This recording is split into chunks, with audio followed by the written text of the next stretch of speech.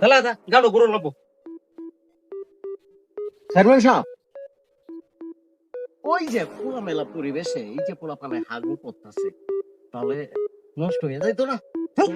বেটা, তো পরিবেশ নষ্ট লই আসো। ওহন সামনে নির্বাচন, আমার বুড়ের দরকার আছে।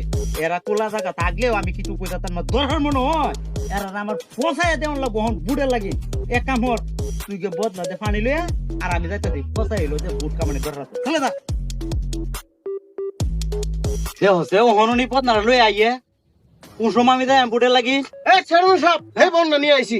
বালা কাম তো এই তুমি লইরো না, তোমরা পচাইয়া দে এরপর আমারে বুটি দিবা, ঠিক আছে কি? এই চেয়ারম্যান সাহেব, হ্যাঁ শুনলাম আপনি চেয়ারম্যান নমিনেশন নাকি এবারই চলে মুক্তিরে দিয়েছে। তার হচ্ছে তো হইব। স্যার এটা কি তো বললাই? যা পচাই ফেলতে যা।